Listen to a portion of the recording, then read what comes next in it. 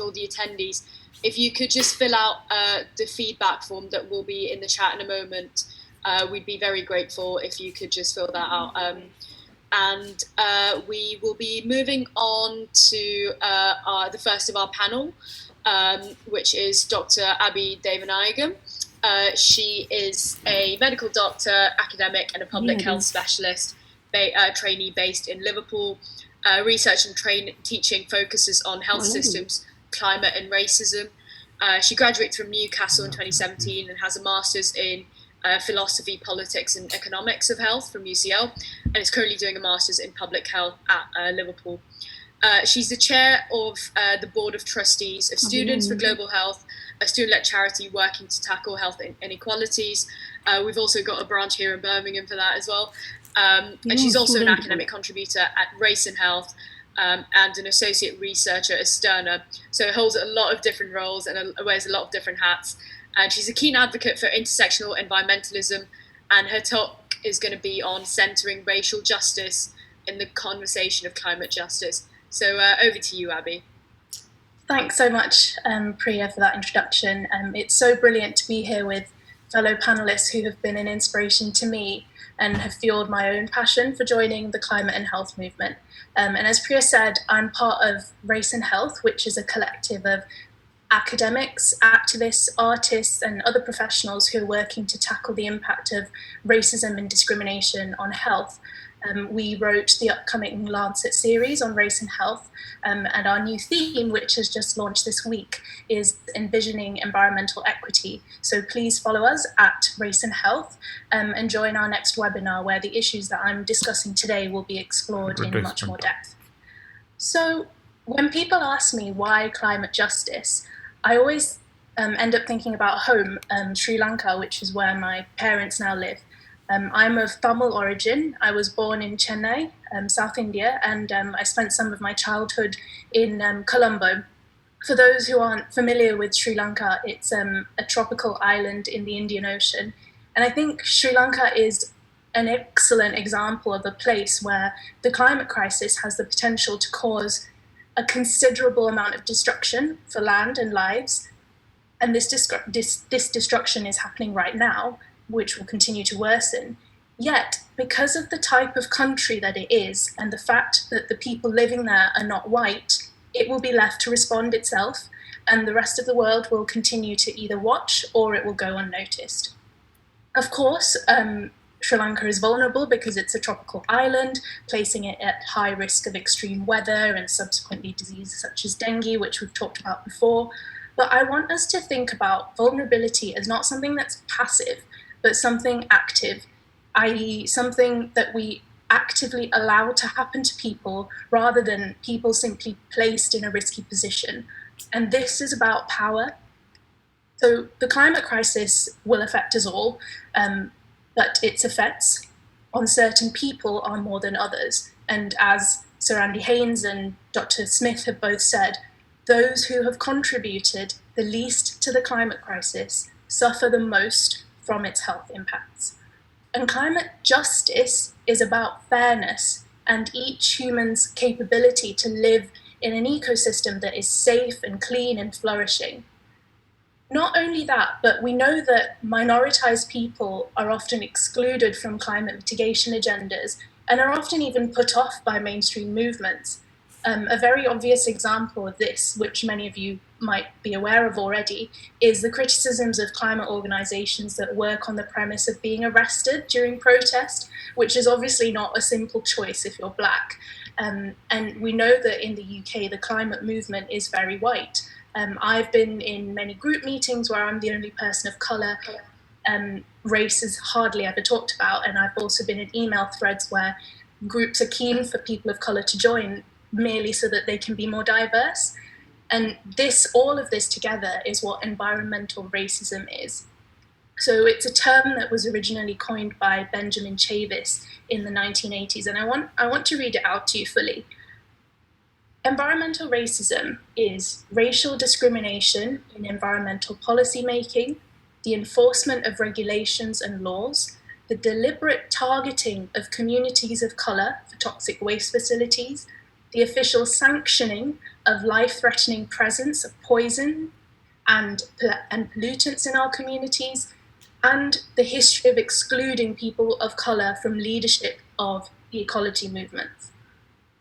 So environmental racism can take a myriad of forms and cut across so many different dimensions of societies and subsequently cause health inequalities. So for example, Black people are over 60% more likely to live with air pollution compared to white people in the USA.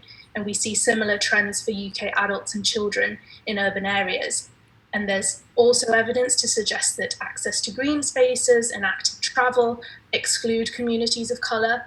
There's also evidence that individuals in the richest 1% emit 100 times more carbon than those in the poorest half of the world's population. And also the amount of carbon an average person in the UK emits in 5 days is equivalent to the emissions of a person in Rwanda for the whole year. So this is race and class conflict, and this is injustice. Climate justice is about all people having the freedom to live a full life, and this also includes living in unity with other species that inhabit this planet too. And climate justice is about policy being based on justice for all people, free from discrimination. Climate justice is about protecting land, which Indigenous people have not only been defending from Western industrial exploitation, but have actually been conserving land such as the Amazon for centuries, and they continue to do this. Indigenous knowledge is really rich, and we must centre them in mitigation, in climate mitigation. And finally, climate justice is about repairing and repaying for damages to land and health of people who have been affected by the climate crisis. So as you can see, climate justice is racial justice. They can't be separated. And if we're not actively doing anti-racism work in our climate and health work, then what work are we doing? So I think there's three main explanations for not declaring the climate crisis as a manifestation of racism, and I just want to break them down.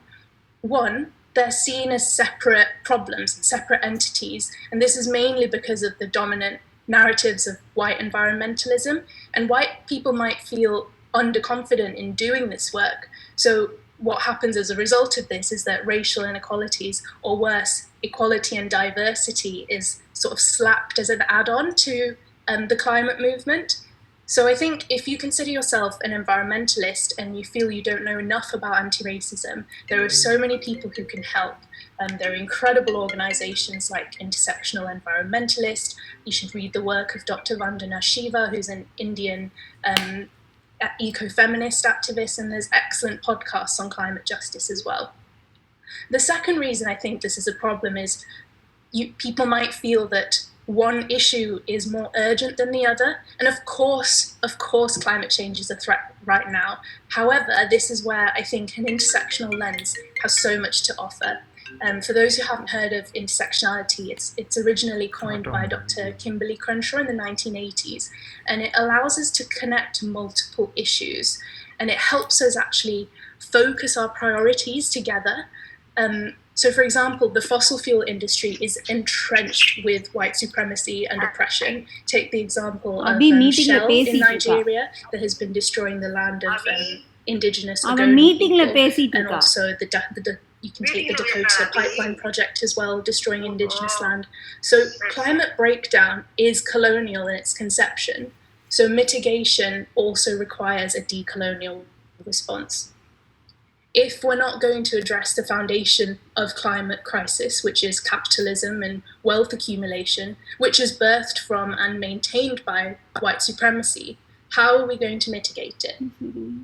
So third, it's often thought that Black and Indigenous and people of colour don't care as much about the climate crisis, which is why they're not engaging in these movements. But in fact, there's data from the US that shows that Black people, Hispanic people, and other non-white people are actually more concerned than the climate crisis than white Americans. And they also report a greater willingness to join campaigns to convince elected officials to take action against climate change.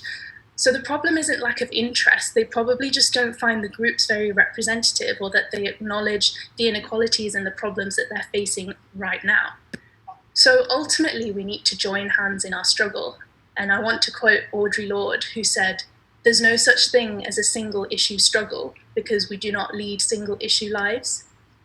So it's important that we take an intersectional approach in our climate and health work. Otherwise, our research and advocacy is simply white environmentalism. I want to tell you now about some of the harmful racist rhetorics that we actually hear in mainstream conversations about climate mitigation. So Sir David Attenborough, during a BBC interview, spoke about overpopulation fueling the climate crisis. But even this statement is entrenched with racism. So the evidence for population growth being associated with the climate crisis is actually really weak. And what happens is the blame shifts to minoritized women who live in previously colonized countries, and it undermines their reproductive rights ultimately.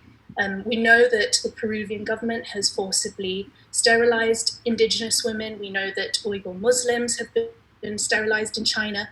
And this is what we call eco-fascism or necropolitics. And eco-fascism begins with the idea that reducing population is good for climate. And we've even seen it during COVID. We've seen people saying things like nature is having time to heal, and COVID's a big win for the environment.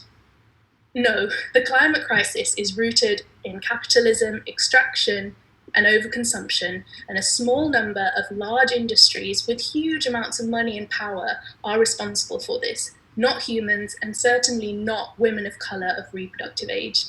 Humanity is part of the solution. Another thing that we need to disrupt is actually the responsibility that's placed on individuals to change their behavior. And people of color are often shamed for not adopting a more sustainable lifestyle and not cycling or not adopting a vegan diet. Of course, personal consumption has a huge impact on the climate crisis. Evidence shows that forest fires, droughts, and rising temperatures are all driven by consumption of meat and dairy in high-income settings. You may have heard of the example of JBS, which is the largest meat exporter in Brazil, which contributes to deforestation, is actually linked to the supply of meat in KFC, Burger King, Tesco, and Sainsbury's in the UK. Which, by the way, this is happening on indigenous land in the Amazon. Indigenous people live on this land, so this is also environmental racism. But we must remember that sustainability is a privilege. We mustn't push people, especially minoritized people, to reproduce and consume less. We must instead hold powerful industries that are actually shaping consumption and driving the climate crisis accountable. Just before I round up, I wanted to say something about climate migration, because ultimately Docs Not Cops is a charity that supports migrant health. And when we think about refugees and people who've been displaced, we often think about war and conflict and not really the climate. And similarly with the climate crisis, it's much easier to think about it harming the natural world or wildlife, instead of seeing the people who are actually being harmed by this, and often indigenous people.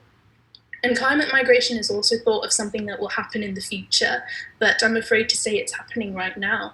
So relocation of small island nations is already happening. So for example, in the Pacific, in Kiribati, Tuvalu, and the Marshall Islands, they're already experiencing rising sea levels, which are resulting in saltwater destroying agricultural land, which obviously leads to poor health and well-being for the poorest people. When we're talking about things like disasters, I often like to quote Dr. Ilan Kelman, and he says that disasters are a choice.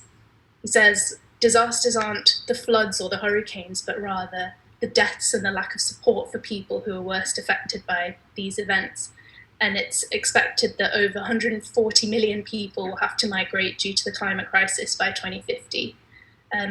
And what happens is often the countries who are supposed to take in refugees state that we can't take them in because more migrants will lead to our own emissions going up.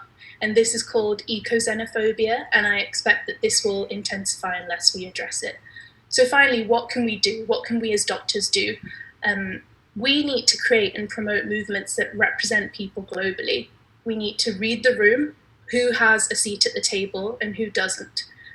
Carrying on as we are simply just upholding the oppressive system. How are we disrupting it?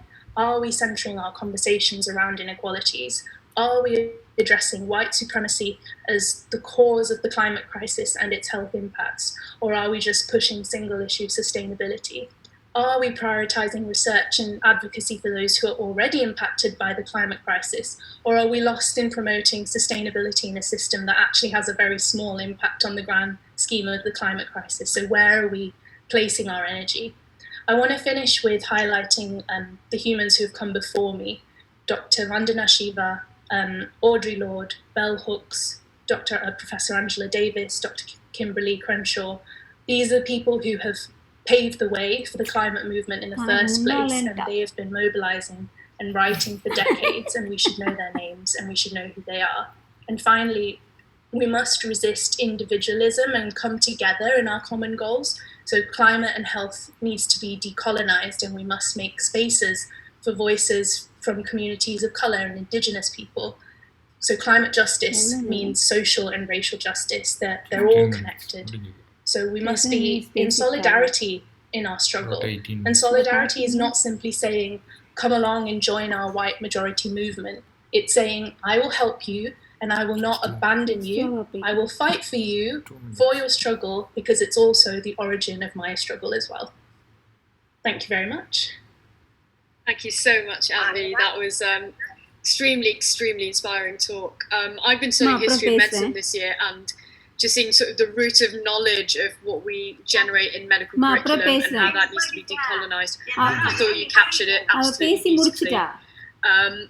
And we're just going to move on to our final panelist, who is Dr. Sarah Walpole, who is an infectious diseases registrar and co-director for sustainable healthcare education between 2016 and 2019. She has experience in a range of medical and pediatric specialties, an academic clinical fellowship in medical education with cardiology, and as